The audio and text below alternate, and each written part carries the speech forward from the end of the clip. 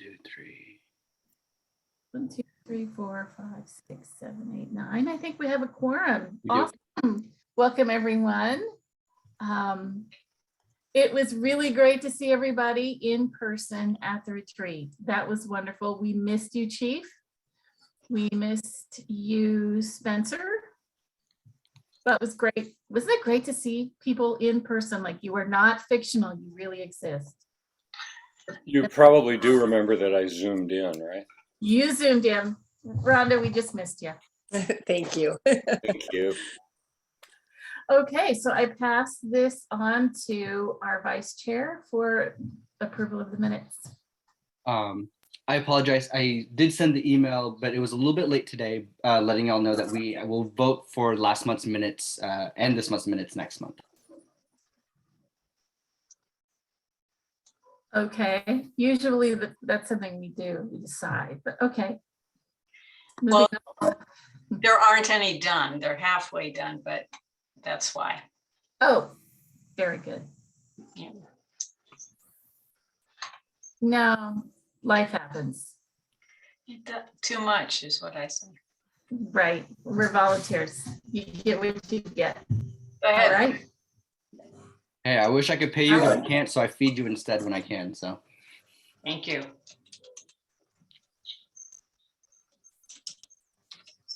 you want me to go to plug participation, Joy? Yes, go ahead. We're ahead. Oh. Now we're ahead. Yeah. So we have Christina Lent in the queue here. Christina, hello. Hello, Welcome. thanks for adding me. Of course. Well, my name is Christina Lent, and I see that our chief of police is on, and I want to congratulate her on her upcoming retirement. I work with Tualatin Valley Fire and Rescue now, and I am here on behalf of the Visioning Advisory Committee, and we are actually meeting right now at this time, so I'm only going to be here for just a brief couple minutes, and then I'm going to hop over to my other meeting. But we just wanted to let you know that we're really excited that we launched the 2022 Beaverton Community Visioning process. And for those who don't know, the vision is the process by which the city gathers input from residents on what they'd like to see in the community's future. And the vision will culminate with us presenting a plan of actions to the city council for approval. And but the first part is this outreach that we're doing right now. And if you haven't taken the survey yet, there is a survey online at the city's website at beavertonoregon.gov/vision, or you could just do a search for vision and go to the Visioning Advisory Committee's website. And there's a link there to be able to take that survey, and it is in 8 languages. And there's also an opportunity for people to sign up to do phone interviews as well. Some of the other outreach that we're doing is we're doing targeted focus groups that are including different community groups, because we really want to have this be representative input from our very diverse community. And so we're really going after some of those voices that maybe we haven't heard from in the past. We really want to hear from them. And we also want it to be across all ages and really just get a good pulse of what people within Beaverton would really like to see in the next 10, 20 years. And the survey will help inform what the actions will be that the city will then, the government will then use, and each department, when they're putting in proposals for different projects or programming or funding for different things, they need to be able to link to the vision to say that this is something that the community's asked for. Some of the things that previous visions have done is the BG Plaza and getting those food carts all set up there. There was also a lot of community input on wanting that art center that we now have right in the heart of our city. And there's just been a lot of great work that's been done. And so it's time for us to just kind of reevaluate. And so I really just want to invite you to to participate in the survey, and within your circles of influence and with your friends and your neighbors and just people that you see around the community, we really would love for you to help spread the word and share the link to the survey, and just really encourage people to let their voices be heard and let us know what they would like to see, because we really want to put together a plan that will be very helpful for city leaders moving forward. And so if anyone has any questions, I'm happy to answer them. And we also have someone who's on staff, Nathan Davis, who's available, that you can always reach out to and ask as well. And I see that your counselor, who's on here now, knows a little bit about the visioning process as well. And so she's also a great resource. And so does anyone have any questions for me?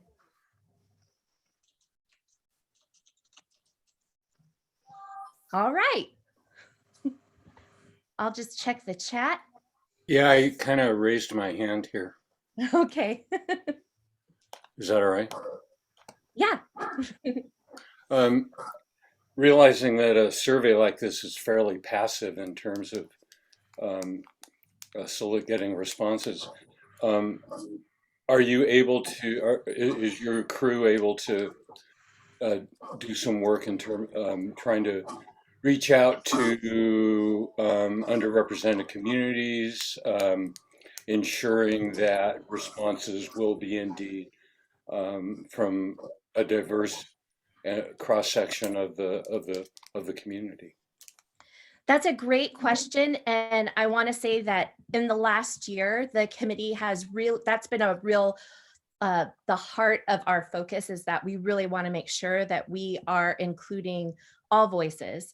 And we have a consultant that we're working with who is connected with, I believe it's 90 different community liaisons, and they are like trusted voices within the community, different leaders within different communities. And this consultant is working with us on doing focus groups, and they're going to be offered in different languages. We're also working with the LGBTQ plus community, the business community, and we are going to be doing targeted outreach where we're going to have those focus groups, and we're going to be also doing different meetings and then doing phone interviews with people. And then our hope is to be able to follow up with some of these groups because with this consultant, she's going to be leading these different focus groups, and then those community liaisons are going to be connecting us with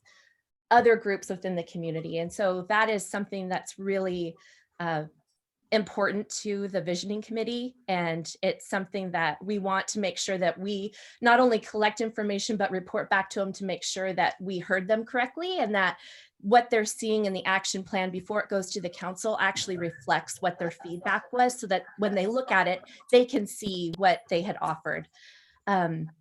So that is something that we are definitely doing, and we are looking for more partners. So if there are, we have a list, like an ongoing list of people and groups that we're working with, but we are always open to, if you know of a group that you think that would be great for us to do outreach to, we really want to hear from you, and we want to have access to that. So we're really asking you to be our partners as well.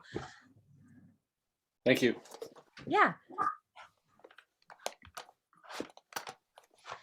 Yes, actually Ping is the consultant that we're using. So I see that Paolo had done that. And so she's with that group that we're working with to make sure that we're getting the outreach that we need. So. Thanks so much, Christina. And just to provide a little bit of extra context too, after the retreat, I shared the goals with our staff just to kind of put the web out there of what are some opportunities that HRAC might be interested in. And this is one that I think Christina mentioned, Nate Davis. Davis was thinking, oh, this might be a great opportunity. And y'all have said that, you know, both sides, visioning and HRAC, I said before, oh, we want more opportunities to work together. So this kind of just came up as one that might be a potential partnership if y'all want in the future. We want it. Well, Yeah, yeah. And right when it now comes we're to like starting, community engagement, right? And so yeah. definitely it was like, oh, please come during public comment, talk to HRAC, and the rest is in your hands. So Yeah, well, and we are starting to be, this last weekend, we had a table at the Beaverton Farmers Market. We're going to be at a lot of different community events through this spring and summer. And so, you know, it takes volunteers to be at that booth, to be handing out little flyers with the QR code to be able to access it. And then also we have some posters and some different things where people can you know, write things down or draw things that they would like to see. So this is definitely there's definitely opportunities to partner, and we would love you to join us. So thank you so much for having us. I'm going to go ahead and switch over. I'm going to go ahead and put my email here in the chat. And if anyone would like to contact me, please feel free. And thank you for all of the work that you're doing in the community. You're welcome. thanks, Christine. We also have Julie Langford with us. Julie, would you like to intro yourself or say hello? Hi, everyone. I'm happy to say hello. I'm just laughing. I work at Nike, so I'm making sport a daily habit. I'm on my Peloton bike right now. So hi, it's wonderful to meet you all. I'm really looking forward to going the journey together. Thanks, Julie. I think you're going to fit in quite well in this space. I think it was 2 months ago when Lisa was on the, what are these things called? I don't know what it's called. But Lisa also was exercising during this meeting. And so. Yeah, this time I'm eating dinner. Oh, very nice. Very good. Cool. Thanks so much. It looks like that's all we have for public comment. So I turn it back over to Joy. Well, actually, it's back to you for liaison update. Sure is, isn't it? I just went right over it. Nice try. Cool, cool. Councilor, welcome. Would you like to share? Hi, everyone. I hope you're all doing well since I saw you last month. Yesterday, it's kind of fun, the timing of our meetings, because I see right after what's now our in-person council meeting. So yesterday was kind of a long one. We had 4 different work sessions on our agenda, so lots of input to give. But something that I brought up with my other committee, which is the Climate Action Task Force, is I also want to hear from y'all, like, how you want me to better interact with you and keep information, you know, like share information. So once a month I have a briefing with staff, and when I hear things in those briefings, if it's not confidential and it's something relevant to y'all, that I can share, so that when I come to this meeting, if there's something coming up on our agenda that I need your input on, we have this time to get that input. So I don't think there's anything particularly like urgent that's coming up right now. You know, I know we're in the middle of the SRO program, you know, research program that's going on right now, but it's not on our agenda in the immediate future, since that's going to take time to fully research. So if you ever see things on council's agenda that you want to talk about during this time, bring it up so I get your input. But that's something I want to be more intentional about, is like using this time to get feedback on things that are coming up on our agenda, to make sure I bring your voices with me to council. Any questions, thoughts, comments?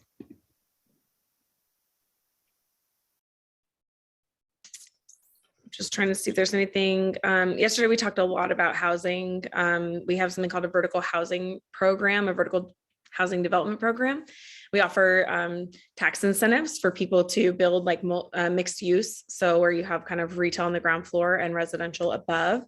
We talked about that yesterday. We talked a lot about our housing options project, which is to be in compliance with state law around residential infill and middle housing. And so kind of lots of debates about trees and parking and sizes of dwellings and sizes of lots, that, you know, like minimum requirements for different things and maximum requirements for things. So just, you know, I kind of told staff last night, like, you know, a lot of our zoning laws historically have been like entrenched in racism, and this is our opportunity to break it down and make sure that doesn't happen again in Beaverton. So something I try to remind them of regularly. I don't know if I cause a, you know, any jaw drops, but I think it's important for us to be honest about our history and make sure that we're not repeating it. Spencer. Thank you. I just got a mailing about zoning revisions. Is that tied into residential zoning revisions? Is that tied into what you were just speaking to?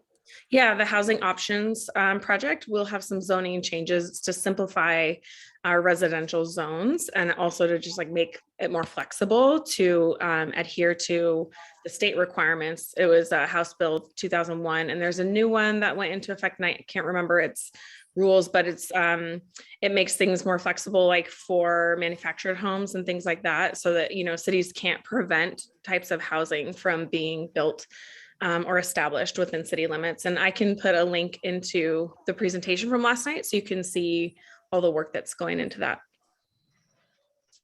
Cool. Corey. Hi, Counselor. How are you? Good, how are you? Thank you for sharing those topics. I was just curious, just in your conversations and your engagement, has there been any topics around public safety as it relates to just Beaverton as a whole? I mean, you brought up the whole idea of racism, and I just wanted to kind of gauge, has there been any talks or opportunities to kind of elevate this idea of public safety? Yeah, I think one of the things that I've been hearing the most about from constituents is homelessness and safety around that. And as you may or may not know, like homelessness, affordable housing, like it's a huge priority for me. So I really want to push our city to, you know, invest in a permanent shelter and create opportunity for affordable renting and home ownership, because housing is not the answer, but it is a really good starting point, is to get people sheltered. So there is definitely a lot of talk around homelessness and people feeling safe or unsafe as a result of that. I will say some of the other public safety things that come to mind, though, are also pedestrian safety. You know, we so unfortunately lost a member of our community at Hall and Farmington just a couple weeks ago. I'm getting really sad thinking about it. And that is a huge part of public safety, is having safe ways to get around our city. So those are kind of two that are top of mind for me right now, in helping people feel and be safe in our community. But those are the ones that we're kind of hearing about the most right now.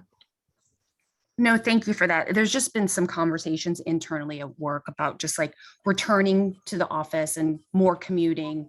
And if there's a way to maybe access, like, you know, safety guidelines and resources, and just kind of being more aware of our surroundings and what is available to us as a Beaverton community. I'm just curious if we can unpack that a little bit more, just for as a community, like where we can go to find, you know, Beaverton safety rules and regulations. Because I feel like people will automatically call the police, and we know that they're overwhelmed as well too. So I just kind of want us all to kind of figure out how we can better educate ourselves around policies and resources available to us around the topic of public safety.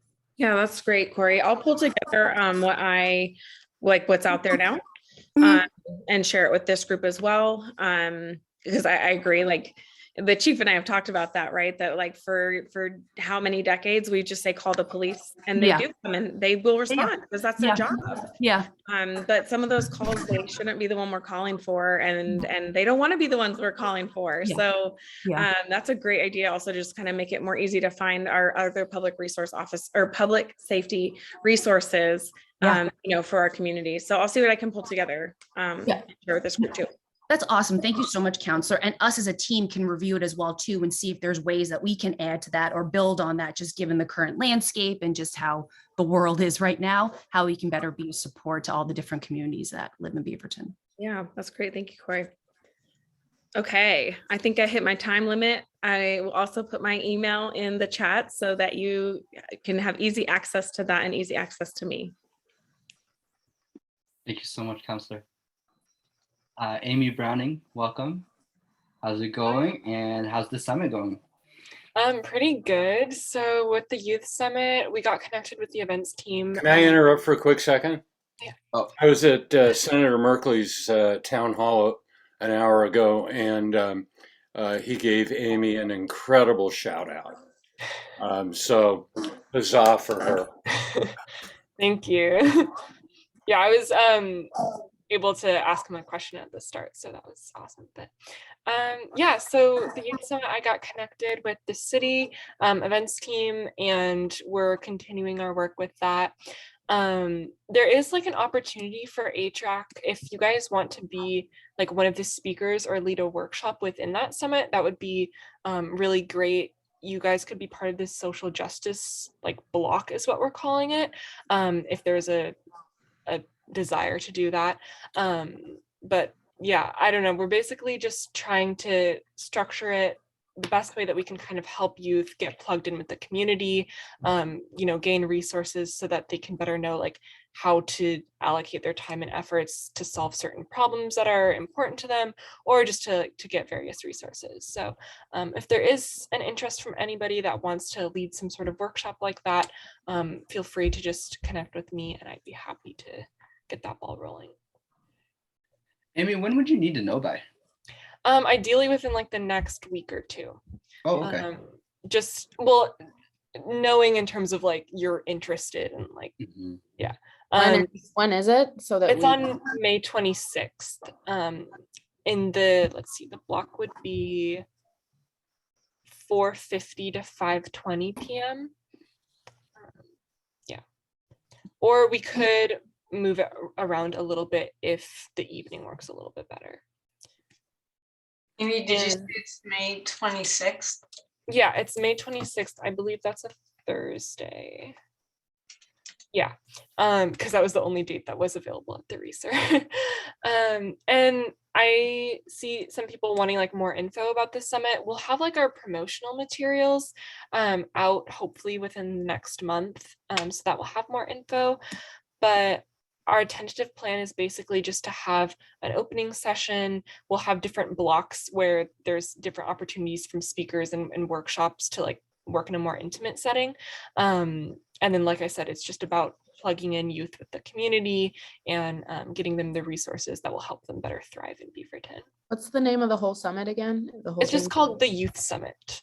The Beaverton Youth Summit? Beaverton Youth Summit, okay. Yeah. Thank you, Amy. I have two more questions or requests. One, if there is a flyer for this, please let me know. I think that makes it in time for the April newsletter for our side. So if there is one, please let me know. And I think one pagers and or paragraph asks always go a far way for me. So at least when I'm looking and trying to decide if I want to do something or not. So if that's available, feel free to share with me, and I'm happy to share with the rest of the commission. Any more questions for Amy? Cool. I'll go ahead and jump in some city updates. Last time it seemed like it helped to share screens, so I'll do that again as I'm reading them out. So give me just a second here. And I made it full screen because apparently I like to share things too small. Does it look okay for everybody? Okay. So it's Arbor Month in Beaverton. The proclamation, which I'm happy to send you the link to, recognizes the importance of trees and parks and encourages tree planting and care throughout Beaverton. In the past, I believe Beaverton actually did get an award for this. But the city maintains nearly 40,000 trees to enhance community beauty and improve quality of neighborhoods. Beaverton has been recognized for 28 years as a Tree City USA by National Arbor Day Foundation. And yeah, I won't go through the whole thing because it's right in front of y'all as well. But beavertonoregon.gov/trees if you want to learn more. There's a shout out here for the Highland NAC. Again, NAC stands for Neighborhood Association Committee. They received the 2022 Oregon Urban and Community Forestry Organization Award.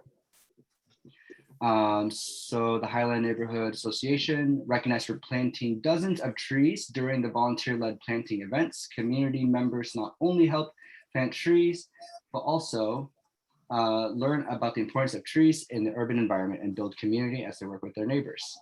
Lots of tree stuff in Beaverton, I dig it.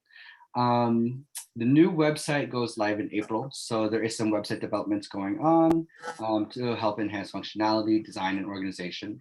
So that should be launching later this month. Website's link still stays the same, beavertonoregon.gov.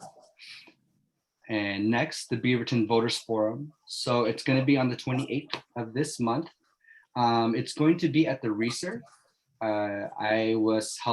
Yesterday I was in there coordinating some interpretation, and it was my first time seeing that space. It's beautiful. So hopefully y'all can make it, but I believe there will also be online or virtual options to attend as well.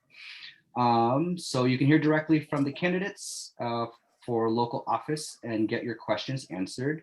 Candidates for Beaverton City Council Position 1, Position 2, Position 3, and Position 5 will be featured.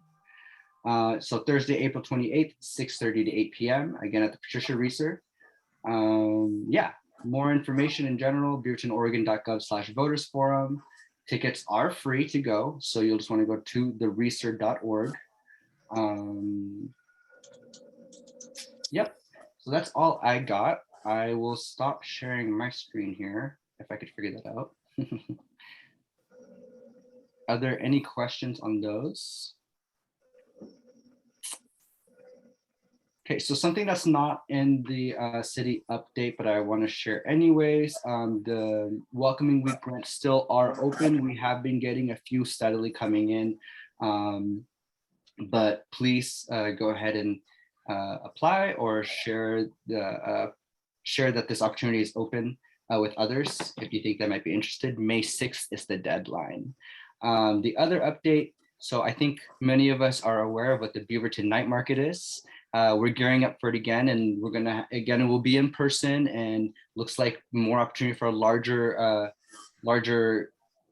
night market celebration, kind of like how it used to be once upon a time pre-pandemic. So right now they are recruiting for vendor recruitment. So if you know folks who might be interested in being part of the Beaverton Night Market, go to beavertonoregon.gov/night market, and you can find more information there. Or honestly, you could just reach out to me as well, and I could help answer those questions. With all that, I intentionally wanted to have the chief go last because I know there's some exciting news that many of y'all got the sneak peek on. But with that, Chief, take it away. Oh, thanks, Paul. So I'll start out with just what's been going on in the PD. We've opened up our reserve and cadet academies for the first time in a little over 2 years. So we are so happy and to be able to get our business back to usual and doing that. We also, 2 weeks ago, was our first community academy in over 2 years. A lot of applications for that, and so that kicked off, and it's just it's so fun to just see everybody in the building and community members come in, for this academy. You're like, I haven't seen people without masks on in our building forever, and it's very exciting. The next community academy, which I think will be in the fall, is going to be Spanish speaking. So we're pretty excited about that. That's our first shot at that. So we'll see how that goes. And then on 2 weeks ago, we hired 6 new recruit officers. I'm going to throw a shout out. 3 were women.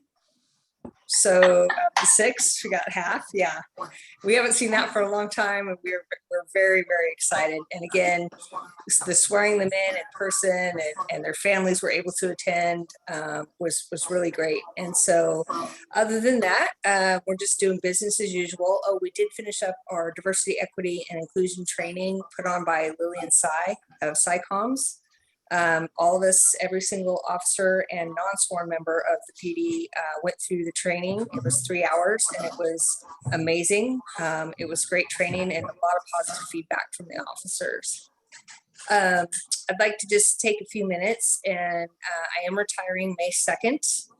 And it's been 27 years, it's been a long time. But I'm from my heart, I want to tell all of you that one of my best memories was working with you all over the last couple of years. You have taught me things that I never would have thought I would have learned, and given me a different perspective on how I looked at my job. Some of you more than others, because some of you are new and I haven't got to work with you, and I'm bummed about that. But I just want to truly thank you.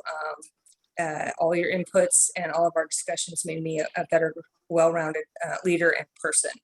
So I'll miss you guys and thank you very much. Thank you.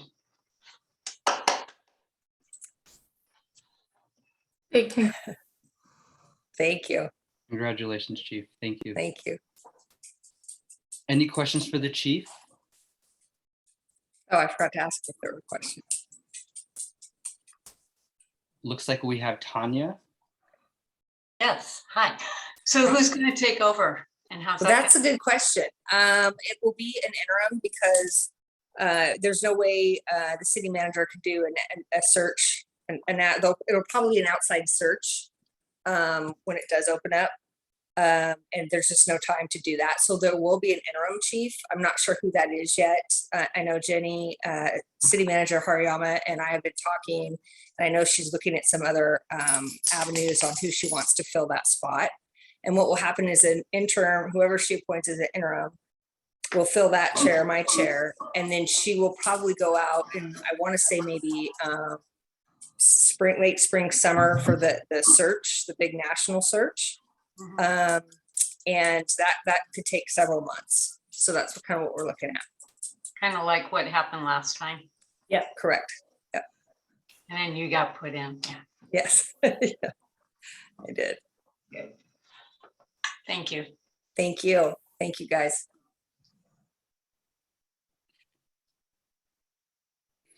Any more questions? Cool. I see that Patricia is here with us. Hello, Patricia. Patricia Anderson-Wieck is with our HR department. She's our HR director. Some of y'all have met Patricia before. I've loved and have an honor to work with Patricia for the last, 2-3 years now, Patricia, I think it is. 3 years, congratulations, there you go. Patricia's here to talk with y'all about some director or chief level hiring at the city. Patricia's been great and always including HRAC and HRAC perspectives in hiring in these higher level positions. And as y'all know too, we do some Title VI work with the HR department, but that's not what we're talking about today.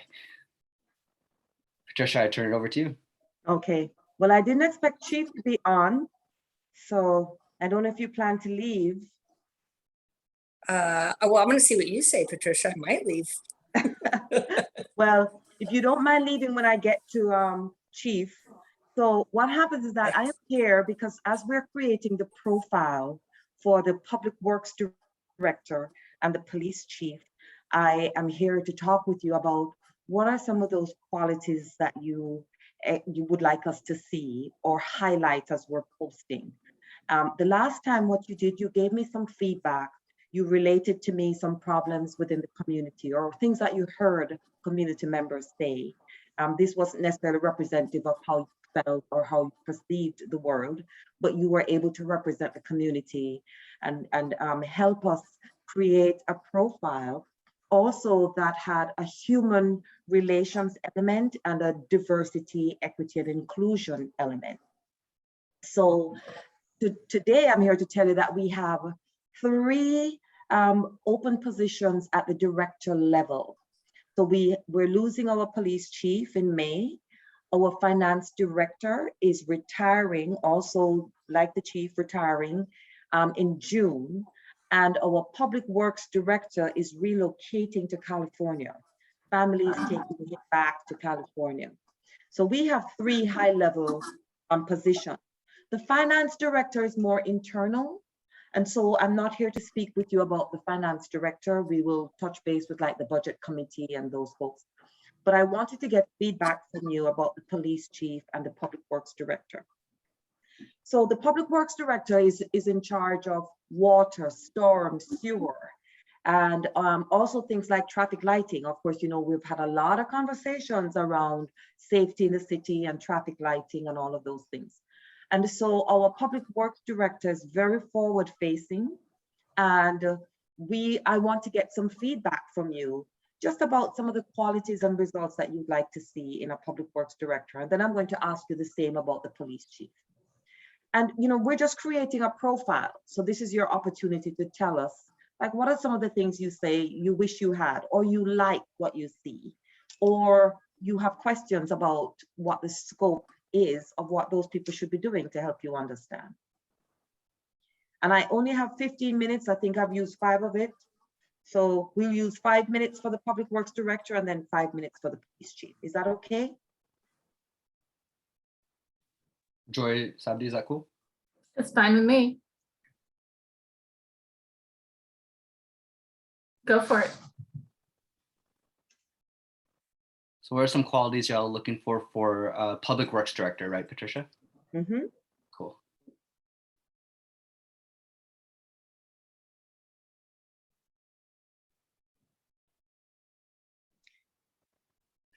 Karen? Let me give you an example. Oh, Tanya is Oh, good. looks like we had Karen and then Tanya, I think. Perfect. I just had a question about the makeup of the Department of Public Works. How many men are employed? How many women? I'm particularly interested in that because I was just reading a study about how genderized positions are. And I thought that this might be one that is genderized, but I'm not sure. It actually is. In fact, I can tell you we can identify those positions that are genderized. One of them is one that I occupy, which is HR. So Yeah. Public Works has engineering and operation. In our Public Works, engineering dominated by women.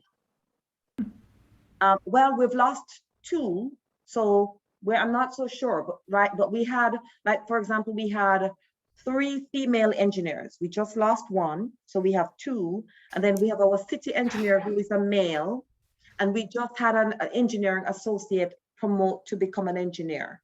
So we currently have 3 engineers. They are not lead engineers. You probably have met Priya, Donna Paul. We have Marissa, and we have Tina. And so we have, 2 who identify as BIPOC and 1 who is Caucasian. So we have more of a mix. And then we have some other support folks on the engineering side. So if we look at the engineering side, I think we're about split down the middle, men, women. In the operations side, very dominated by men. In terms of the director is a man, and all the division managers are currently male.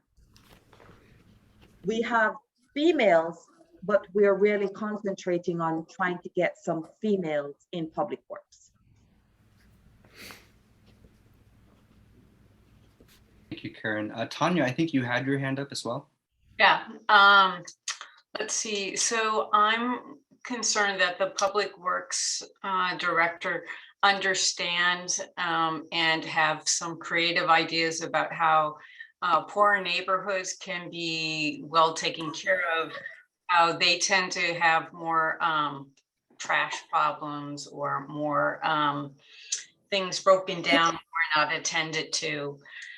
And yeah, and also accessibility, making sure all those curb cuts are done.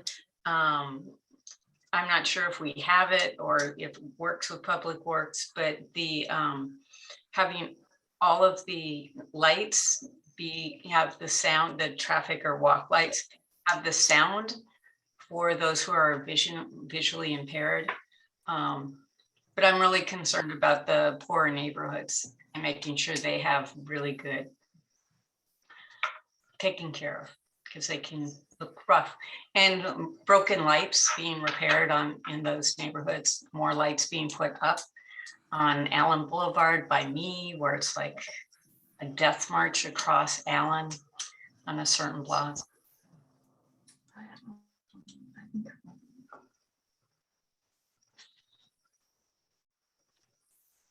Corey, thank you, Tanya. Thank you. Yeah, I like +1 to Tanya 100%. I was actually thinking along the same lines of just making sure that this Public Works Director is cognizant and familiar with the different minority groups that like live in certain areas that make up Beaverton. And I think that's really like going to be super beneficial to us so that they understand the communities that live in those, the needs for those communities, and just making sure that there's full representation in how they view the infrastructure within the city.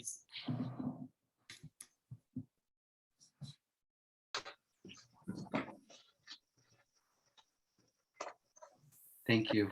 Interrupt. We're now at Spencer's time. Spencer, do you mind if we take 5 minutes of your time? You're muted. I was going to ask a question anyway. Okay.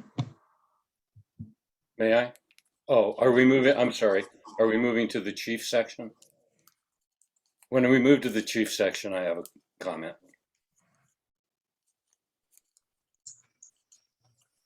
What do you think, Patricia? Can we move to the chief section? Yes, and I just want to let you know that the last time I was here was actually 2 years ago, and you gave me pretty much the same feedback, which is what I want. I want to hear your feedback, and clearly you're consistently asking for these things, especially for us to pay attention to the directors, the leaders' understanding of the community and the makeup of the community, the demographics and what is needed in each community. That's very important. I also took away something else from today, because you asked about genderizing. And just so you know, as a city, we're actually increasing our efforts to bring in BIPOC and women. We're really pushing to bring in women. Wouldn't it be nice to have a female public works director? And they're out there. So we're hoping to bring in more women in leadership. I think it's always really important for the leaders to look like the community, whatever that is. Mm-hmm. Not just white guys. Sorry, white guys, sorry. Well, we want to have a mix of everybody in the city, right? Because we have everybody All the in voices. the city. Yeah, thanks, Joy. All right, so Spencer, police chief. Thank you.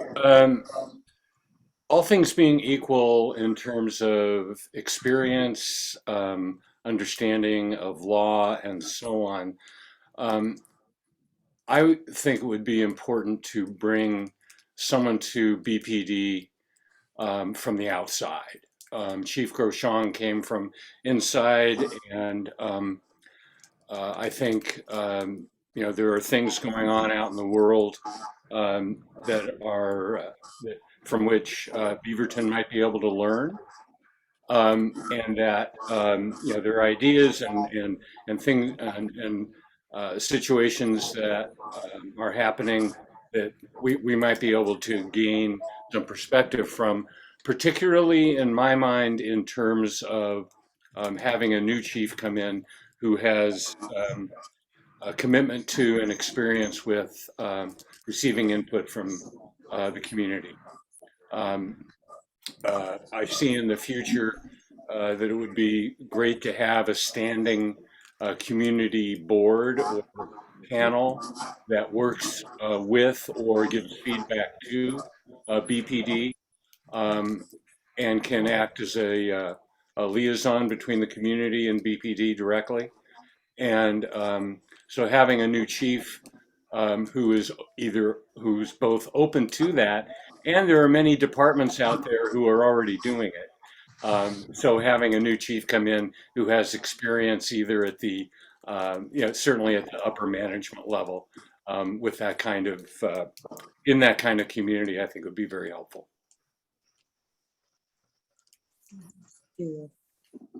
That's a very good one, because that's something we didn't pay attention to the last time, and during these last 2 years, we've realized how valuable it is, and the chief speaks of it too, how valuable it has been to actually start partnering and listening to.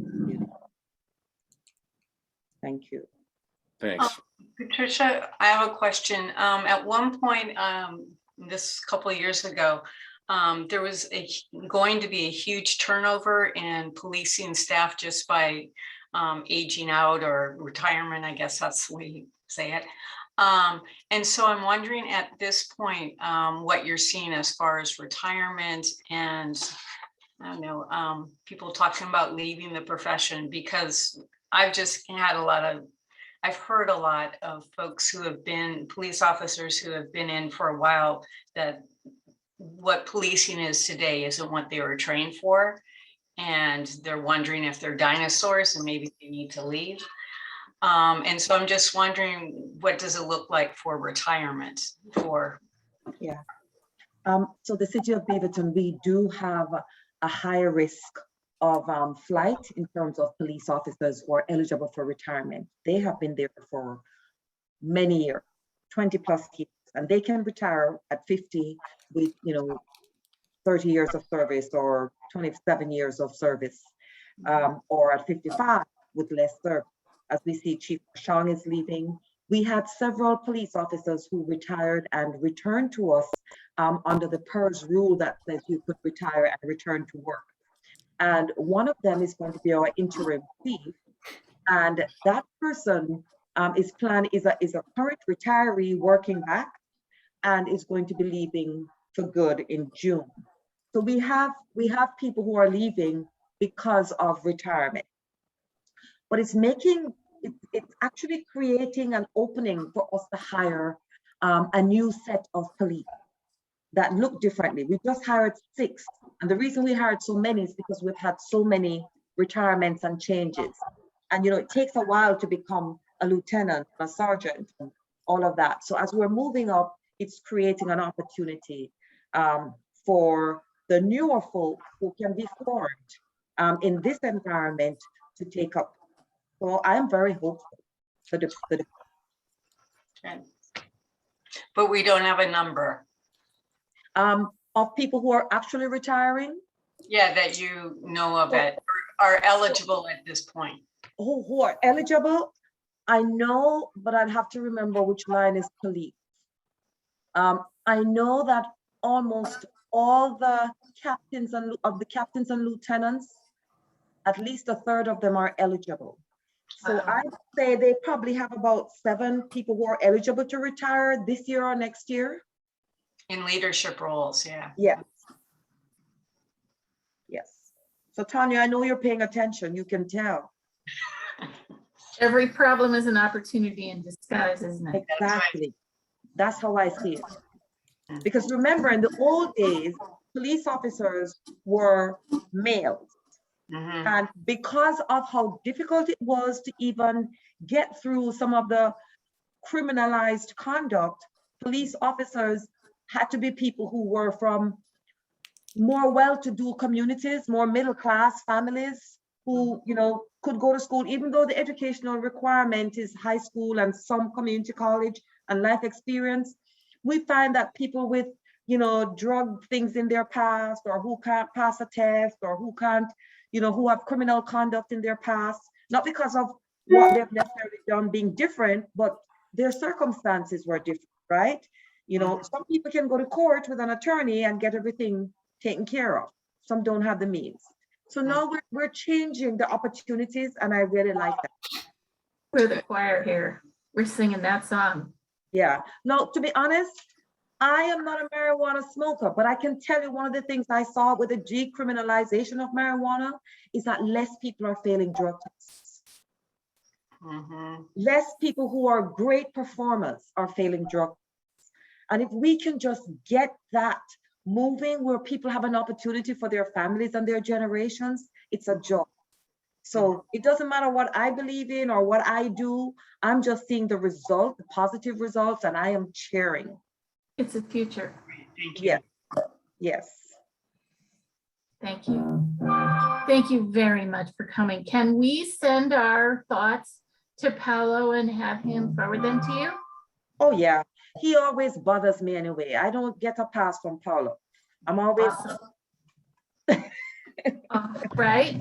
Okay, so folks, we're kind of sorry we stepped on your time, Spencer. We're gonna move to our next agenda item. So if you have things that you want to say, maybe you don't want them on the public line, maybe you want to say things, please send them to Paolo and he will add them to the list of things he sends. Patricia, I am so grateful that you came tonight. Thank you. Yes. And I will see you. And remember, you're going to be asked to sit on some of these panels and stuff. So you'll get more information from me because we're definitely wanting to include you in the process. Fantastic. Great. Okay. Yeah, thank you very much. Thank you. Thank you, Spencer, for the time. That was worth it. Anytime. Thanks a lot. The floor is yours. The chief's retirement makes this a lot easier, actually. Because of transitions that are already underway within the city that that have been ongoing that we actually don't know very much about yet, and with the chief's impending retirement, my proposal is that we table or suspend the Police Review Board Planning Committee until a later time when it's more appropriate and stuff. So, Perfect.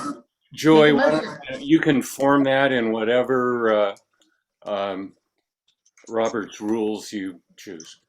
Because we did a formal Robert's Rules motion and voting, we have to undo it with that. Sorry, Karen, but we love you. So I move. You make a motion to dissolve the subcommittee? Dissolve or suspend, whichever is appropriate. Okay. We can come back.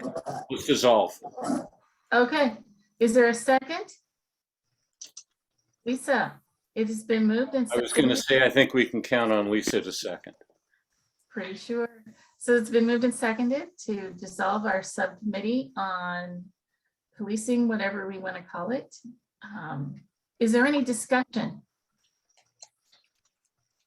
Hearing none, let's take a vote. All those in favor, raise your hand. Wait, really quickly, we're removed because we need to decide if we're removing or dissolving or suspending, right? They are functionally the same thing.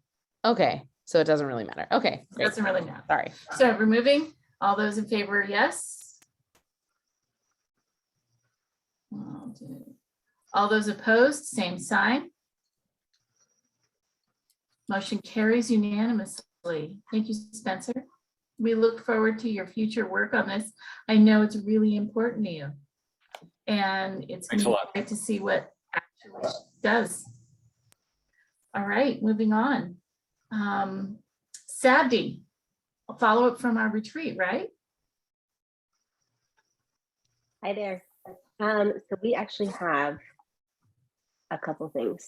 We skipped over the portion of liaison update asks. We did. Would you like to do both? Yeah, I'll just talk through. It's fine.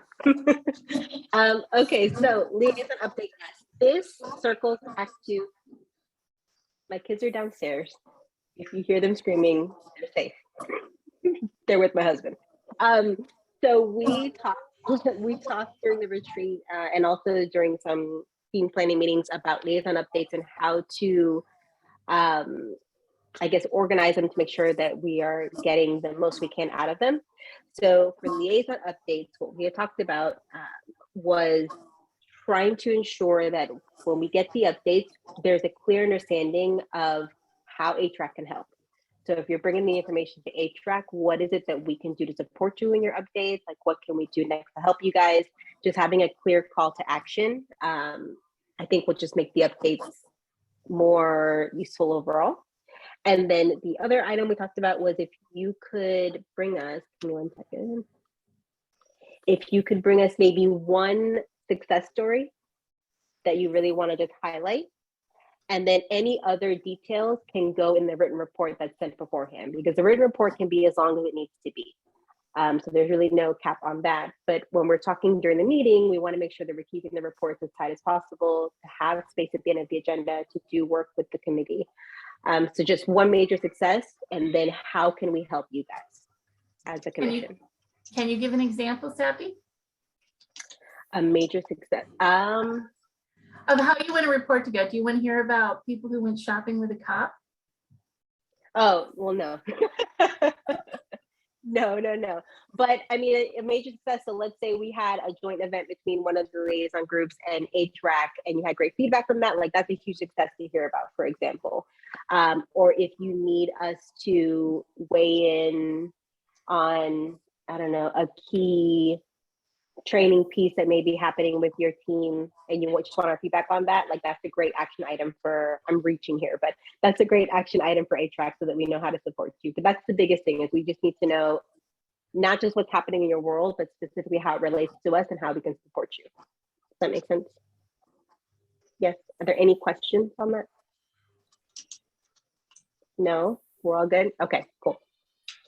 I do have a question. Sure. I guess it's going to be through my notes that the other liaisons will see what we're asking of them. Is that accurate? Let's see. Because What was that? Zoe's here and helping and supporting. But who are the other liaisons? It would be police and you. Is Paolo? that, yeah, is that it? Yeah. Pretty much. Yeah, that's it. Yeah. I mean, we'll have to repeat this once we have whoever the interim person is for BPD. Okay. And I would like, well, maybe we need to give this to Patricia, but that the expectation is that the chief attends these meetings. It's the right person. Yeah. Yeah. Sorry about that. Yes, I agree. Okay, any other questions? No? Okay, so we can jump into the retreat. So after the retreat, we had pages and pages and pages of notes, which was awesome. There was so much great feedback that was shared, and I appreciate the fact that everyone was able to really weigh in on the topics and give their thoughts. So we sat, or I guess I sat with the notes to think about how can we organize all these thoughts into some groups or buckets that we can then get after as a commission. And so I'm just going to go over all of that with you guys. This is a pretty open and flexible time frame. So if you have any questions or any comments, just feel free to raise your hand and speak up. Okay. Paolo, also, if I'm speaking too quickly, please just let me know. Paolo, can I screen share? Yes, I can. Can I share the screen? Nice. Can everyone see this? That's a good size. Okay, awesome. All right, so HRAC retreat. The 3 planning buckets I put together were defining HRAC, community engagement, and commission initiatives, okay? So defining HRAC, we talked about who we are, and this is very draft, but I wrote, a commission of city appointed officials who work to advise city council and champion human rights initiatives for a more equitable Beaverton. That is a working statement. It will be edited, and there will be a team, hopefully, that we have that can edit that. But we need to come up with a who we are elevator pitch statement. Then what we do, we talked about leveraging our HRAC mission statement for that. Also open to discussion, but that part's already written. So I feel like it's an easy sell. And then how we are accessed. One, our website. And Paolo, for this, I had written, do we have an email address? That's just for HRAC?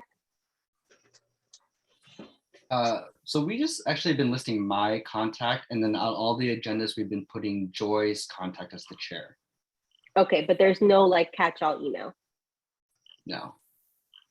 There is, however, a button for where people can provide feedback, ask questions. Okay. Which we could on the website? Yeah, it's on the website. Okay, what you got, Joy? Well, I think we should not rush through this. It's very important. We talked about this a lot at the retreat, and folks were right. People do not know who we are. And if we're going to be relevant in the community, we need for people to know who we are, and we need to get organized about that and decide specifically in a less nebulous way, in an understandable way, in this new world, post-COVID world, post-George Floyd, Breonna Taylor world, who are we? What is our focus? And I don't want to rush through this piece, because we get this organized and we figure out what we're about. When you get your priorities in order, everything else falls in line. So I don't want to rush. Okay. Put this on the next agendas and keep going. Yep. We figure out who are we, And how do you get a hold of us? Yep. Then we can move to the next piece, I think, is my thought. Y'all were Okay. there. Everybody here was there just about. So what do you think? I agree. Okay. Yes, Cool. branding. We need to figure out our branding because then it gets much simpler. Yep. Corey, to answer your question, yes. And the idea is that Corey wrote in the chat, is this more of a branding exercise? Yes, but the hope is that we have a team that is dedicated to handling that. I'll get to that part at the end. All right, so how we are accessed, we talked about website, we talked about city social media, and that Paolo was going to be working on this, which Paolo sent an email just before the meeting with some updates on that. Oh, go ahead, Lisa.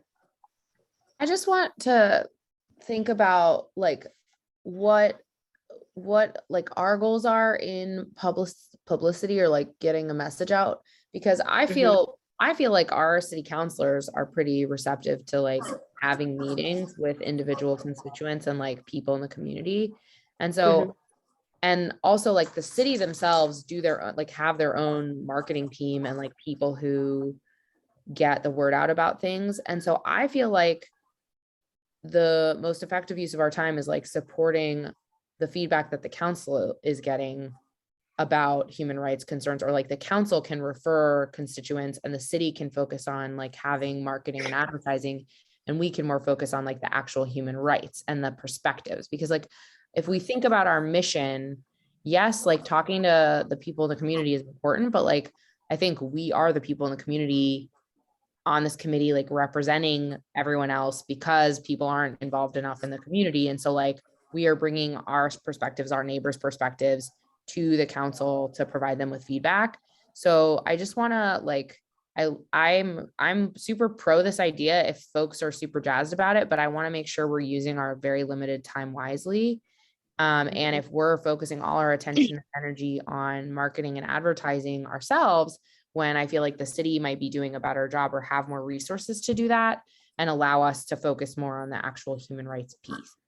I wanted to bring that up as a thought and try to bring it to our goals and priorities, and also hear from our counselor on the team to see what she thinks if that would be helpful, like for us to have more community, like get more community engagement, if that's something that would be helpful for her to hear from our committee. What do people think? And I'm happy to like table that or shut up if you think that like that's not valid. So I can just give my quick perspective. Part of me coming to this meeting is I see you all as voices for the community. And that the opinion and the life experience that you bring is so important. And also, whether it's an organized effort or not, you do interact with the community just in the way that you exist as well. So I guess for me, this is totally up to y'all on what you want to do here. I think, at council, we've talked a lot about community engagement as being super important, like a lot of our big projects and some smaller ones too. You can't do anything without community engagement because it's so important. And at the same time, we have found that the city sometimes gets feedback and hears from our community and then doesn't do anything with that feedback. And so we've made really clear that if we go out to the community and ask again, that there's something different that we're asking, or that we're going back and looking at the engagement we've done in the past. So, when I come to this meeting, I'm listening to everything you bring to bring that perspective back to council with me. And if you want to do furthermore, explicit or thorough or whatever community engagement, like totally your decision. And, I'll support whatever direction you go as a commission. Corey? Hi. Yeah, Lisa, I totally hear you. And I completely agree. We definitely do not want to prioritize branding and marketing to the bigger, goal of what we do as a community and a commission. But I will say, though, I think if we were to get sharper on our branding and marketing, I think it helps get us to a place where we can all kind of focus and really have like a unified point of view and kind of help use that to get sharper on our priorities. Because I feel like right now we talk a lot of different things, and me being someone new, like I'm not focused enough. And I feel like if we had more of an overarching point of view, a more branded kind of narrative, I think we can sharpen and get, I guess, tighter on our efforts. That's how I look at it. And I'm totally new. And I think, that's how I see me kind of leaning in a little bit more if I had something to kind of latch on and really kind of hone in on as a commission. Spencer? Thanks. I agree completely that we don't have the bandwidth and possibly the expertise to actually put together a marketing campaign for ourselves. But with the problem as I see it is that we live in a community of, I don't know, 80 or 90,000 people. And in the nearly 2.5 years that I've been on this commission, this commission has not received one single human rights complaint from the public, ever. We have heard a couple of anecdotal stories from members of this commission, but we've never had someone from the community come to us and say, I have a problem. So we are way below the radar, and I don't know what to do about that. But our mission statement, our mission statement references our being a conduit between the community and council. And in order for us to do that, we need to know what the community thinks and says. And we make a lot of assumptions about that, but we have no real, except for the small survey we did last summer, we've had no real input at all. So like I said, I don't know what to do about that. I don't know anything about marketing. I don't know who here does, but and I agree that we're probably not the people to do that. We are the people to execute once the marketing helps us. Thank you. Okay, I'm gonna go Karen and then Tanya, and then I'm gonna hop back in because this is trending towards something I'm gonna bring up in a little bit anyway. Okay, go ahead, Karen. I'll keep mine short. I agree with what Spencer said about the reason why people don't come to us with complaints is not because everything is perfect out there, it's because they don't know we exist. And we do need to be a presence in the community so that people know we exist. And while I very much admire what we call our mission statement, it's like 10 very long sentences, and I really need an elevator speech for myself to tell the folks that I'm interacting with about what we do and how we could help. My husband is aware, because of his work in the school district, that kids who are Muslim are not getting halal foods at school. And some of them are very, very hungry at the high school level, especially, and they're not getting enough calories. And, he wants to know, can the Human Rights Commission help with that? Well, it's a school district thing, so maybe not. But that's the kind of thing that people should think about us. That's my opinion, anyway. Thank you. Tanya? Oops, am I speaking? Yes, I am.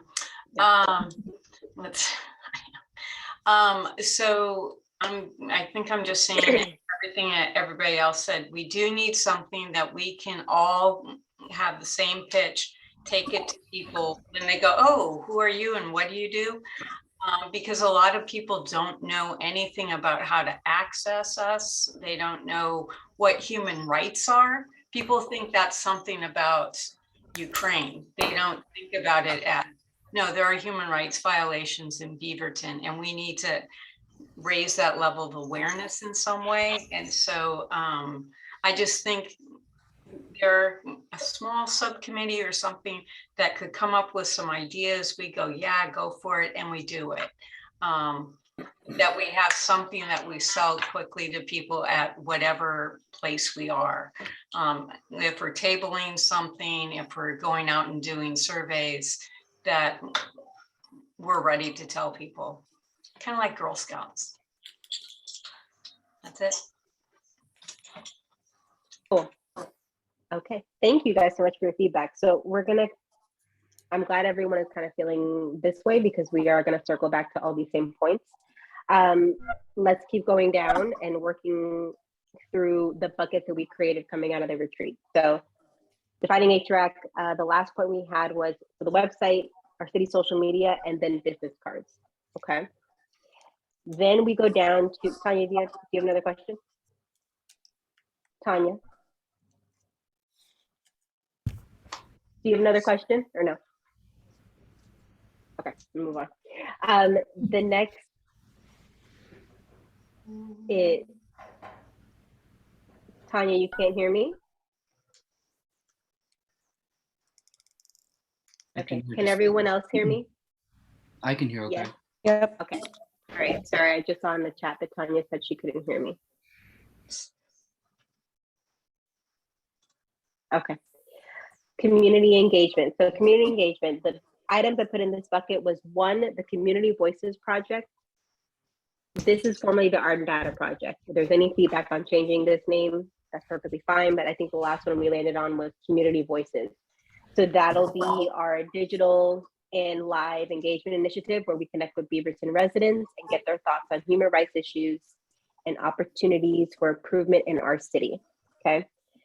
Humans of Beaverton also came up. So this was something where we could have a monthly moment where we elevate a Beaverton resident story based on one of the questions asked during the Community Voices Project and put that through our city social channels. Then HRAC pop-ups. So popping up at live events happening with the city. So that included Welcoming Week, having a table, Pride Parade, having a table, and then also the night market. Then website updates.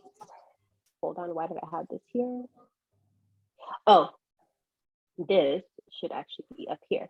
I'm sorry, but since I have it here, so website updates, we talked about adding things like HRAC mission, our history, accomplishments, possibly links to the UN Bill of Rights, and then obviously the past meeting recordings that we had.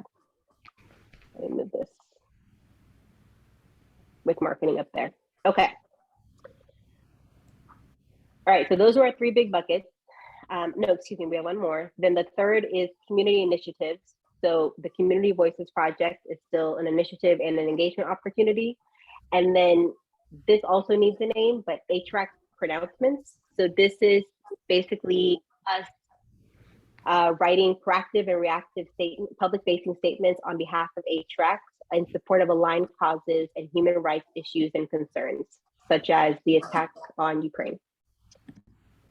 All right, Julie. Julie wrote, will those pop-ups have ability to capture intake for communal ideas that this commission might work on? Yes, so those, yes, Julie, that would absolutely be an opportunity for us to bring in information and recommendations from city members that talk to us, yes. All right, so those are our three big buckets that we put all of our ideas into: community engagement, defining HRAC, and commission initiatives. Given that we have so much that we have to do, what I had talked to Paolo and Joy about was using subcommittees as a way to create task forces. Because I feel like we have a lot that we want to get after. And if we want to get these things done, we should be able to divide and conquer. Okay. Let me see. Paolo, do you want to bring this up? Might not be necessary. No, it's just the branding thing. The project existed before. I don't know if it's still going on, but. Oh, okay. Yeah, that one, I mean, Community Voice can definitely be renamed. All right, so that's what we need to talk about in subcommittee. That has to be done by vote, but I think that it's something that we should discuss if everyone's open to it, breaking down these groups into task forces so that we're able to work on multiple things at once. So if anyone has any feedback before we do any voting. I'd love to hear it. I love divide and conquer. Yeah. Does that idea, there were a lot of you guys, Spencer, Tanya, Karen, Corey, like, does that idea meet the need of all the questions you guys were asking in the beginning? Lisa? Yes, for me, yes. Yes. Okay. All right. So Sounds like we need a couple of motions. What happened? We need a couple of motions. We need a couple of motions. So I'd just like to give some appreciation to all of you for putting this together so beautifully from all the work that we did at retreat. So thank you very much for all the hard work. Happy to help. All right. Motions. Does anyone want to make them? So it sounds like the first one needs to be on a working group for, how do we want to call our marketing plan? I just have it as HRAC marketing, and they would be working on ensure social media, getting us in the monthly newsletter, coming up with our 60-second HRAC, what we do pitch, and then also if Paolo needs assistance getting any those items on the website, they would also help with that. Okay. Motion to create a subcommittee that's for HRAC marketing involving all the things that Sabdy just said. Is there a second? Karen will second. Karen, all right, it's been moved and seconded to start a subcommittee for marketing. All those in favor? Can you stop screen sharing so we can see all the people? Yes. Go for it. Okay, perfect. All right, let's revote. All those in favor, raise your hand. All those opposed, same sign.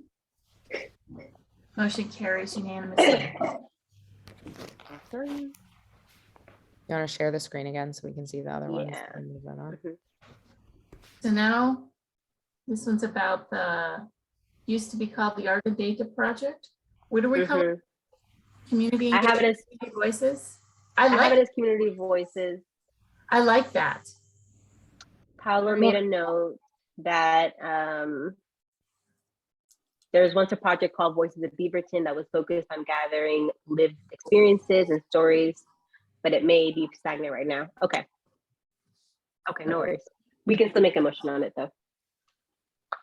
Motion to create a subcommittee called Community Voices Project to be a digital and live engagement initiative that will connect with Beaverton residents and get their thoughts on human rights issues and opportunities through, so that, would that be going to pop-ups and doing a digital initiative? You would decide that, but we can talk You about decide. the motions on the floor. So is there a second? There has to be a second. Somebody second this. I'll second it. Thank you, Karen. It's been moved and seconded. Now we can have the conversation. So here's where you decide what that subcommittee is about and ask those questions about all of this thing. It appears to me that it would be up to the subcommittee to make those, to sort through all of that stuff and bring it to the greater commission to decide what we can actually do. Sort through the millions of options and bring the 5 that we might be able to do, or the 2 or whatever. Spencer and then Lisa. Being the lazy soul that I am, I look for shortcuts, and the shortcut for this seems to me to be what we heard tonight from the visioning group. They have already created a list of community contacts in various areas of the community that I personally have no knowledge of. They are creating a digital platform that they can use to gather their visioning data. Is this something that the Community Voices Project could not piggyback on, do separately, but simply copy the model of? That is, popular model. that's something the subcommittee can do. Yep. That's something the subcommittee can do. Yeah. And we talked about at the retreat, the fact that once the subcommittee is made, they're going to need to think about how we're going to do the digital component and where that QR code will live and where that data will live. But that's all under the subcommittee's decision making. Right. Yeah, Lisa. I think that, yeah, I like that idea. I mean, it's not a bad idea. I also think that we had talked a little bit at retreat about, like, when we talked about tabling the police review board, we had talked about creating opportunities for community members to like speak their truth about their experiences with the police force in Beaverton. And I wasn't sure where that like fit in and whether that would be through community voices or through something else. That's where I would put it with the Community Voices Project. Yeah. Yeah. I mean, with the understanding that we have all of the data that we collected last fall, winter, to set us up for possibly new or expanded questions this year, but I think it should live under that bracket. Mm-hmm. Cool. That's where that goes. Mm-hmm. Any other questions? Okay, you want to stop screen sharing? Yeah. Oh, wait, Lisa, you have one more. Oh, so just to synthesize a little bit. So the Community Voices Project would hear from community members in general and ask, like, create a project to like get more community engagement, possibly leveraging the marketing tools created by the marketing subcommittee. the subcommittee would make all of those decisions and have all of those conversations and decide what with and power to do and availability, because as volunteers, this is a position of privilege that we actually have the time, not hustling 3 jobs, that we can do this. So that is something the subcommittee can take up and make all of these decisions. So it really is like we're just creating the subcommittee, and the subcommittee can do what it wants with itself, within the guidelines of the motion and the second, which was written. So we have it in writing. Within this guideline as written, yes, they can do and make decisions and bring to us. So what is the motion as it stands? Can we just repeat the words so that I know?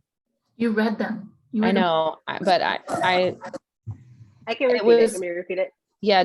Does Tanya have it written down the way I said it, or I just want to make sure that like we're framing it in a way that's productive, you know? So, okay, I'll hop in and yeah, I'm gonna type it out. Read it.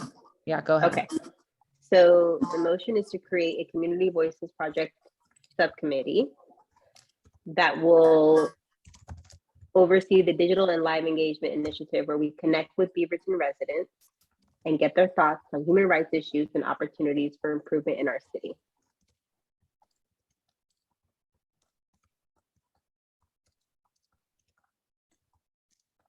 Like this.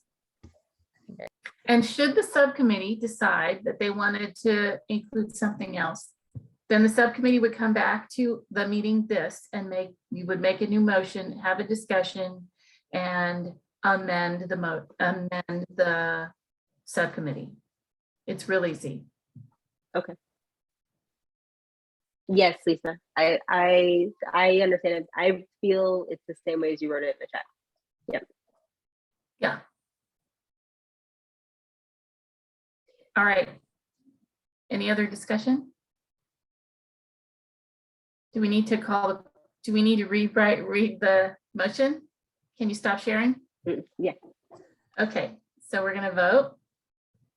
All those in favor of the subcommittee, raise your hand. Opposed, sign. Cameron, are you voting no? He voted yes. Yes. Okay. Yes. Motion carries unanimously again. We're efficient. Okay. Awesome. All right. What do we have left? Okay. Should we work on the pronouncements one? Sure. I can do that piece if you like. Yes, please. Okay, so I speak often at city council meetings, and I think it's important when we're speaking at city council that if it's not something we talked about as a commission, for example, we voted on and passed our recommendations for policing, so that when those of us on the commission at that time went and spoke at the city council meetings, we could represent, this was from HRAC. We voted on this. This is us. Now, I've spoken at city council often as a public voice, and I am a member of HRAC. At the moment, I happen to be chair, but when I'm not speaking on something that we all voted on, I'm not representing that it's from us together. Does that make sense? So I would encourage people to speak at city council. And if you want help writing something to present, I'm happy to work with you. I would very strongly suggest that you write it down and you organize your thoughts and you practice, because it's amazing how you trip on your tongue when you're trying to say something you're passionate about. So that's just public speaking 101. The other thing that I think is important that we can do as HRAC, having reread our purpose and our mission, is we could recommend proclamations. And there were two that came up, one that I'm extremely passionate about that I'm going to talk about in 5 minutes. And the other one was about affirming LGBTQIA+ rights, especially in light of anti-trans legislation happening across the country. So those are just two ideas that are coming up. June is Pride Month, I believe. Also, Juneteenth happens. So the first two obvious ones are coming up very fast. But that's the other thing that we can do. There was a proclamation by the city about Ukraine. Spencer, AAP, what? Asia Pacific. So May is Asia Pacific. We could do something for AAP. Asian American Pacific Islander Heritage Month. Correct. Yeah. October's Domestic Violence Awareness Month. Spencer recommended one denouncing anti-Semitism violence, and the city did it within 10 days. So it's very doable. It has the force of law in our city, such as it is. So do that individually, not as part of HRAC. Yes. So the city is very open to that. And I think it's one way that we can make a real difference that doesn't take a year, or 2 years, like the policing recommendations took. So it's another way that we can make a real difference on this scrap of earth, to make a difference where we are. So, Sabdy, anything else about that? No, nothing else about it. I just felt that we needed, and this may only be like a 1 or 2 person subcommittee, I'm not sure, but we needed someone in charge of just getting that first draft written when we want to make these statements, and then we can vote on it afterwards as a team, and then we can put those statements out there through social media, etc. So right. So my suggestion. So I wrote one. Y'all got it, and we're going to go over it in a minute. So it's they're harder to write than they look, and but when you're passionate too, it's hard to get focused. Yep. So my suggestion would be, if someone is passionate about something, like I'm passionate about what I'm going to bring up in a minute. I'm less passionate about Asia Pacific Islanders. I am not one, but if someone was, we could totally put one together and discuss it as a commission and submit it with all of our signatures, and that would be wonderful. And I think it would mean a lot in the city. And we could handle it that way rather than forming a formal subcommittee because as chair, I have to go to all the subcommittee meetings, and I don't go to that many meetings. I just don't. So, but if we work with a couple, 3 folks together, we could meet together. You can reach out to the leaders here, to myself, Sabdy, Tanya, Paolo, and we can get together and work through one. And if it's fewer than 4 folks, we're not violating our quorum open government laws. So we can do it that way for expediency. Do you want me to throw in a quick comment? What do you, when I proposed the anti-Semitism proclamation, I didn't write it. I sent council and the mayor a request, and they did it. I assume that probably the city manager's office did it. Councilor Hartmeier-Prigg, do you remember where that came from? I didn't write it out. I asked for it. Yeah, the mayor's office put it together. Thank you. I did They speak wrote with it. the mayor about this this last week when we were interviewing folks. And so I have an appointment to coordinate with the mayor's chief of staff, who's trans, about the LGBTQIA idea. And so I don't know that it's only the city that writes. I'm not sure how that works. I just wrote one. And if it isn't, I had to do it. It's just one of those things I had to do. I feel very strongly.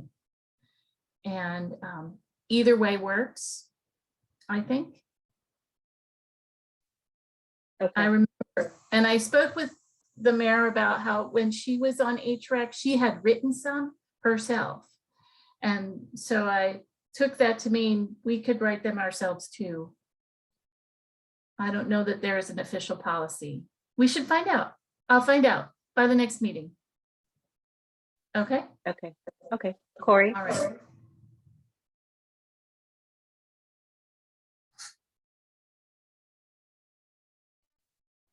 Okay, hand down.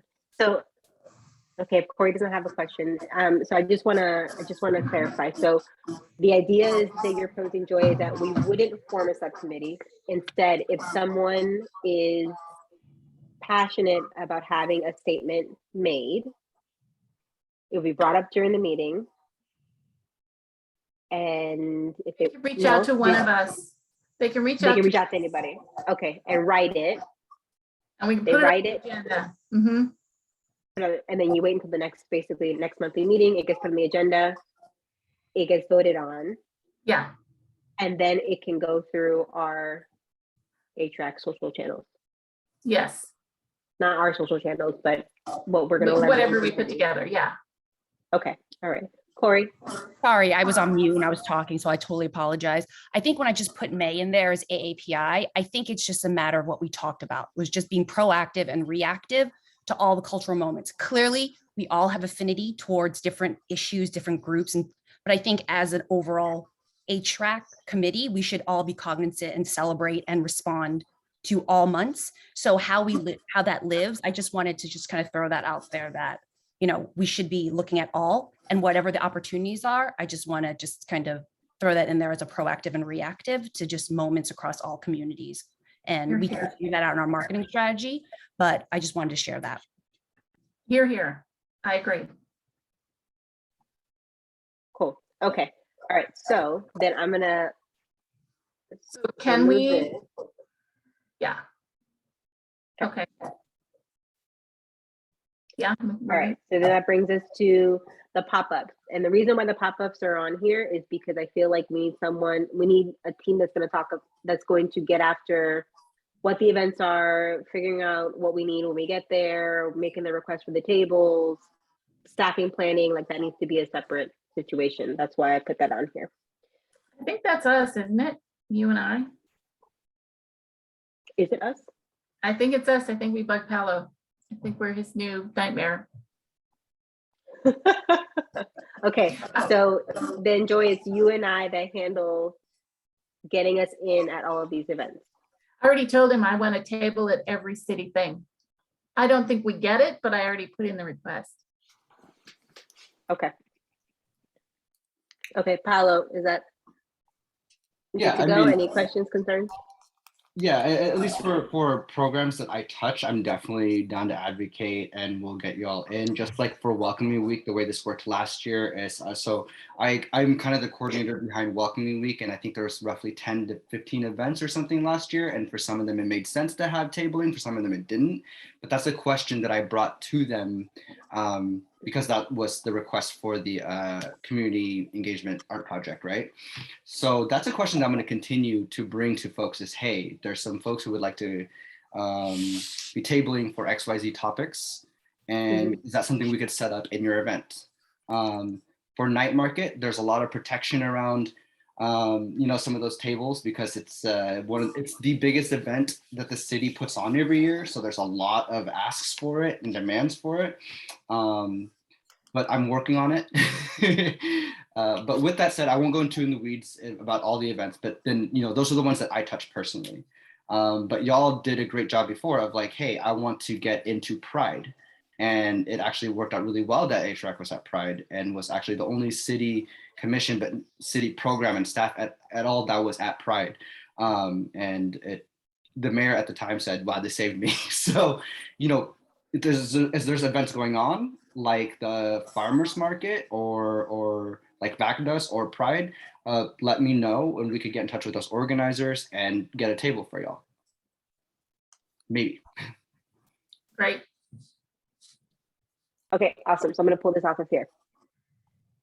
All right, and that wraps up because I think we're good. We can wrap there. That way we have time to talk about your piece, Joy. Great. So I wanted to share, before we get into the nuts and bolts, one of the things about being blessed with a long life is that you see the swing of history and the arc of history, and history is one of my passions, not marketing. And so I'm delighted that Sabdy is a marketing person because I don't get that as well, but history. So in my lifetime, I was born into a world where Black people had to sit at the back of the bus and I couldn't get a checking account. And I have watched it swing, human rights swing to 1972, where Roe v. Wade gave the right to have an abortion in the United States. And now we're watching it swing, well, except in Texas or Tennessee or whatever. I have seen the swing of history personally with human rights, but if you read history, we, during the Second World War, looked into the abyss and we fought against it. And we're seeing the rise of fascism again. During our inquiry, we had someone from the Brennan Center talk about the rise of white supremacy, neo-Nazis here. I have personal experience that I'm not going to discuss on the recorded line, but if you want to have a beer, I will talk to you. And it's important, I think, as a human rights advocate, to walk the talk. And while it's agreed that something should be a certain way, that you put it in writing into law, otherwise it's meaningless because it can be taken away again. All laws come down to technicalities, and so if you want to change something, you can't just decide, oh, that's a bad thing, we don't do that here. We need to make sure it never happens here again. We need to pull the weed. We need to change the root. We need to make sure it can never happen again. That's what they said after the Second World War. It's what we said after 9/11. And look what's happening. So Oregon has a terrible history of racism. We know this. If you Google the whitest city in America, you're going to get an article published in the Atlantic in 2017 about how Oregon was set up to be a white utopia for white supremacy. I'm not kidding. And you look at the papers, and the front of that article has a picture of Klan parade down Main Street. So I can't stress enough that it's important to write it down and get it having the force of law in our city. And that's why I'm very passionate about this. It's one of two things I want to accomplish this year, this whole year. And if we do it, I'm done and yay, happy. So did everyone get a copy of the draft?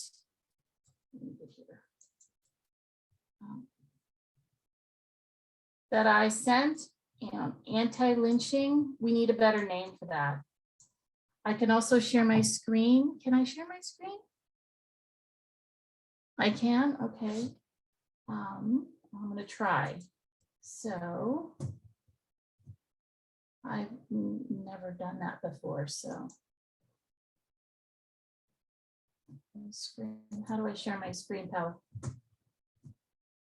It should be in the bottom right next to chat, in between chat and polls. I'll go ahead and make you a co-host. Screen. Okay, great. There it is. Oh, you already found it? Okay, cool. I found it.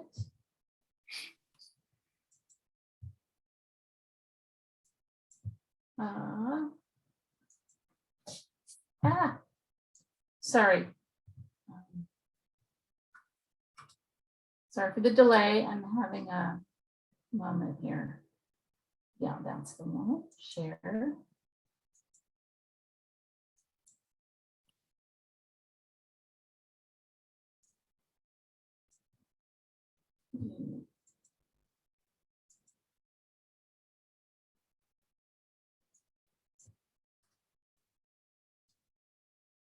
Okay, we need a better title than anti-racism in pursuit of equity, but I needed to put something on it.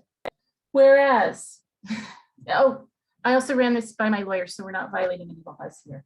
Whereas the history of Oregon includes racist policies which were passed into law, including but not limited to the 1843 ban on Black immigrants, the 1859 exclusion clause incorporated into our state's Bill of Rights, and the 1862 poll tax on non-whites.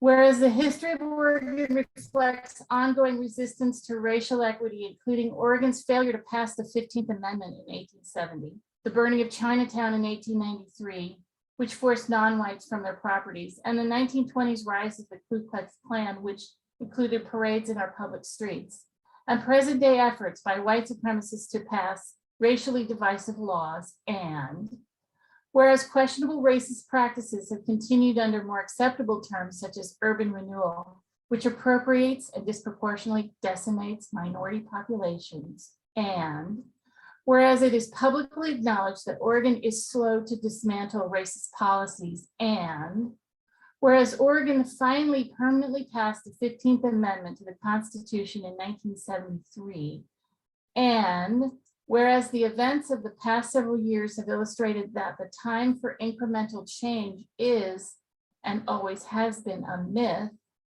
and whereas the hateful and mean-spirited practices of lynching, terrorism, redlining, racial subordination, separatism, racial profiling, segregation, and other practices designed to disenfranchise one or another race still exist. And whereas in 1993, the Human Rights Advisory Commission of Beaverton was started in response to a cross burning here in Beaverton. And whereas no amount of apology or policy change can actually undo the immeasurable harm done to generations from the indigenous to the present day. And whereas change begins where we have the power to make it, we declare June 19th, 2022, working on a name. Then down at the bottom, we ban lynching, racist practices, and disparate treatment. I'm open to suggestions. We need a better name. Lisa. That's really nice. I really like it. I think I'm not sure, like, so you would propose this as something that we would give to the council and then council would vote on it? Is that what you're proposing? Yes, yes, and then it can be announced at the Juneteenth celebration Okay. on June 19th, and that's the Juneteenth day. It's a day, but I modeled this after the declaration that formed HRAC. And if you bottom under Danny Doyle's signature, it says further resolve, further resolve, further resolve. Sure. Not having been personally marginalized, I'm open to further resolve whatever else, please. I do think you need to define lynching in the whereas section and define, like, make sure everything's defined clearly. But I mean, I think that I'm curious, you know, if that, I just am curious how council would go about passing, like if they prefer us to like write the legislation for them, or if they want us to more propose that they write the legislation. I decided to ask for forgiveness rather than permission. Yeah. I don't know. I've never thought, because I'm not qualified probably to, like, at this point in my like government interaction training, to like make decisions on how to write legislation. So that's my only thought in Right, that's my lawyer. Yeah. Amy. Oh, I'm not exactly sure how applicable this comment is, but I know about a week ago, Biden made lynching like a federal crime. So I don't know if we should add that in somewhere or have it be an additional clause or like acknowledge it in any way. But I just wanted to put that out there because that was like a significant development kind of related to that. Yes, the Emmett Till Anti-Lynching Bill, which was introduced 200 times, and it finally got passed because of a trick. Because of a slip up in the Senate procedures, it got passed when folks weren't there to argue it down again. But abortion is still legal in the United States. Let's for that. So rights are not rights unless they're the right everywhere. And I have seen rights come and go, and I would like for it to be the law of Beaverton, lynching and racist practices and racially motivated disparate treatment is banned here specifically. Okay, thank you. That clears it up. Yeah. Wait, but I think the question that Amy has on the floor is that should we note that anywhere in this statement that it's been done at a higher level? I thought about that, but I don't know where to put it in because all of what I said was about Oregon. You'll note none of this is about the police. The police, every police officer I've actually personally known has done a good job of enforcing the laws as they're written. I don't know that many cops, but the ones I knew do. So if we want to change how policing is done, we need to change some of the laws too. So there's nothing in here about the police. This is about laws. And Corey, before I get to the questions, Corey popped in the chat. Can we add the Biden quote up front?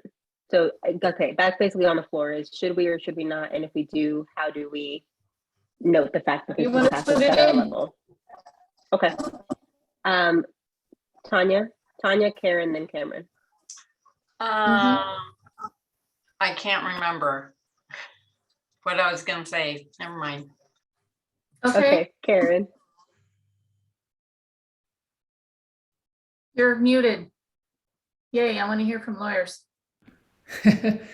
Yeah, can you share the bottom part, please?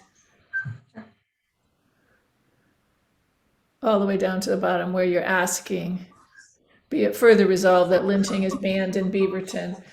Yeah, you know, it's been a long time since I practiced law, but I just can't imagine being a city councilor voting for this, because this is, you want it to be a crime. You want it to be and that requires a criminal statute. And it just feels like maybe we don't have our procedure quite right. If what you want is a statement that, like we had for anti-Semitism, that we are against any kind of racist practice, racially motivated disparate treatment, we are against lynching. But if you want something to be banned, that's a criminal statute and that has consequences and it's complicated.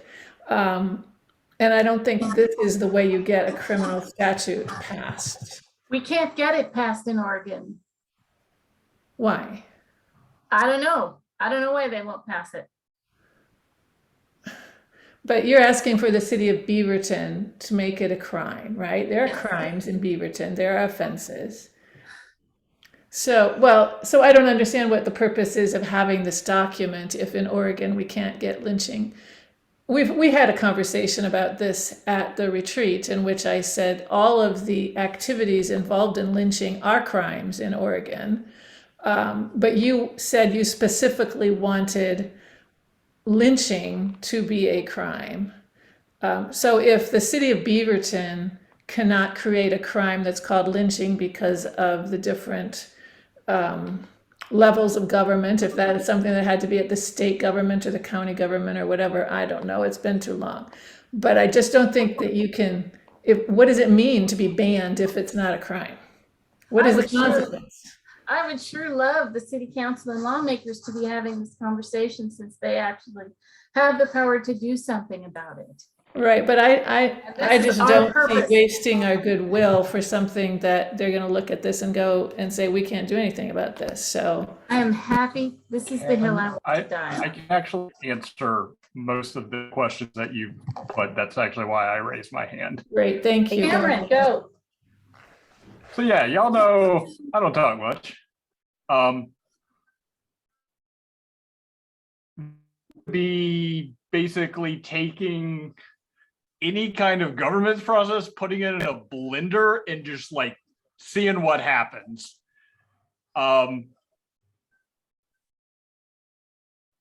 Okay, so be it further resolved that lynching is banned in Beaverton. Well, it's a proclamation. It can't ban things. That's a lawmaking process. Beaverton would also have to go through an extensive revision of city code to make lynching a specific crime. Then it also becomes where who then becomes responsible for the prosecution of lynching.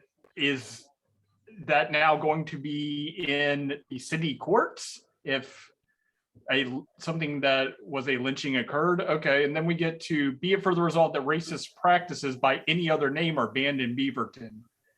Cameron, can I pause you for a second? I just think it's clear that you have concerns about the framework or the writing, but like I really appreciated that Joy like put this together. But I would propose like we take away the government-y writing structure of this and just write it as like a us statement. Like we propose that city council consider banning lynching rather than like making it a legal document. We make it more of a suggestion document coming from us. And then So that's council, the thing. I wouldn't even suggest calling on. While I definitely appreciate where this is going, I don't think that even calling on city council to make lynching a specific crime in Beaverton is even a feasible thing to do because of the the huge mess that would create. could we ask Councilor Hartmeier-Prigg her opinion so that we can like maybe start on this next meeting if that she thinks that that's the case? You know, I'm the newest and the youngest in experience on the council, but there's a proclamation, which is a statement, and I think it's really powerful if HRAC says we're against lynching, right? I'm against lynching. And I think it's timely because the federal anti-lynching law has now been signed. And so in terms of it if we wanted to create a law or truly like have a ban in place, like that's through the ordinance process. So they're separate things, the proclamation and the ordinance. And I'm not opposed to us trying to understand what's possible in Beaverton. I think because we have federal legislation, we don't have to have it as a law in Beaverton because it's now not allowed across the country. That's not true.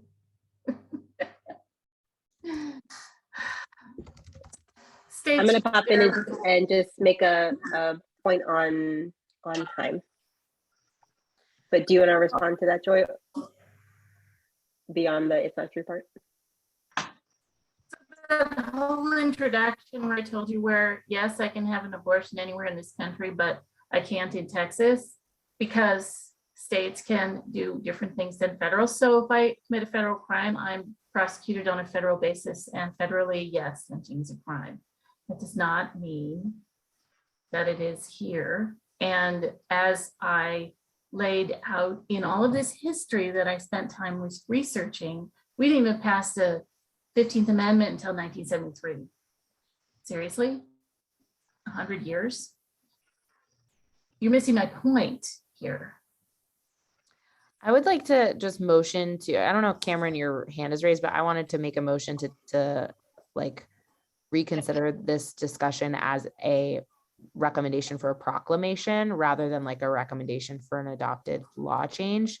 And see if we could resolve it there before it gets really late.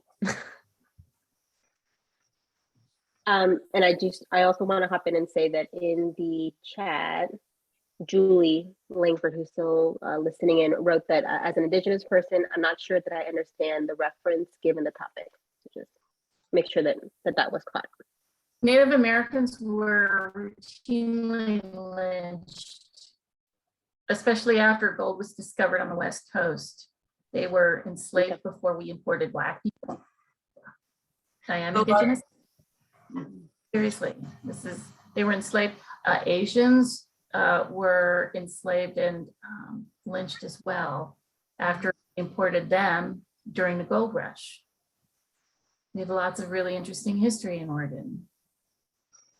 So would you like me to say that the Human Rights Advisory Commission, I could say something else about lynching?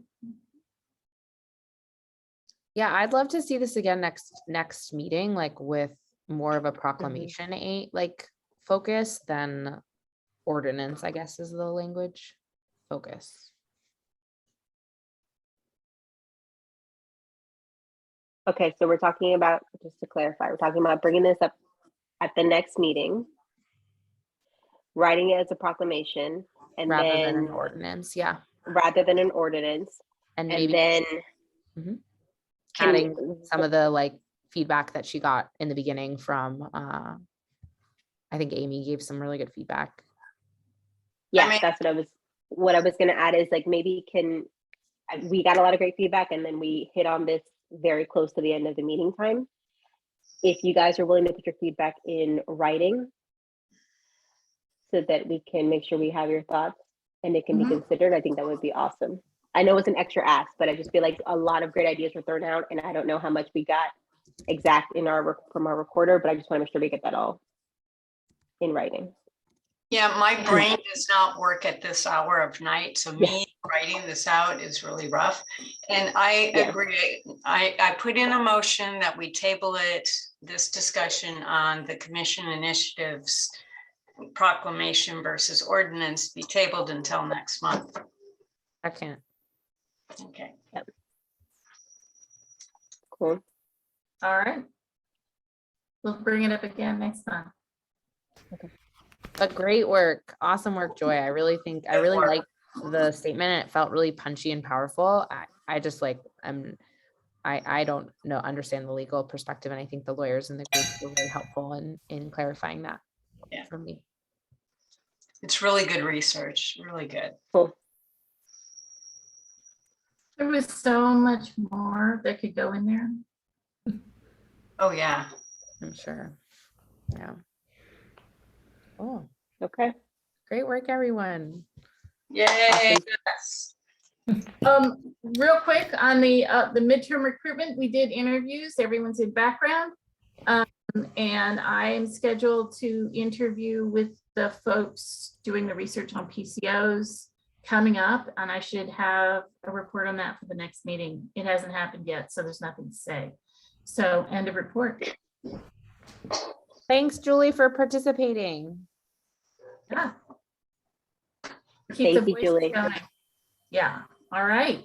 We are 4 minutes over. Sorry about that. Does anyone have any closing thoughts that are burning that can't wait?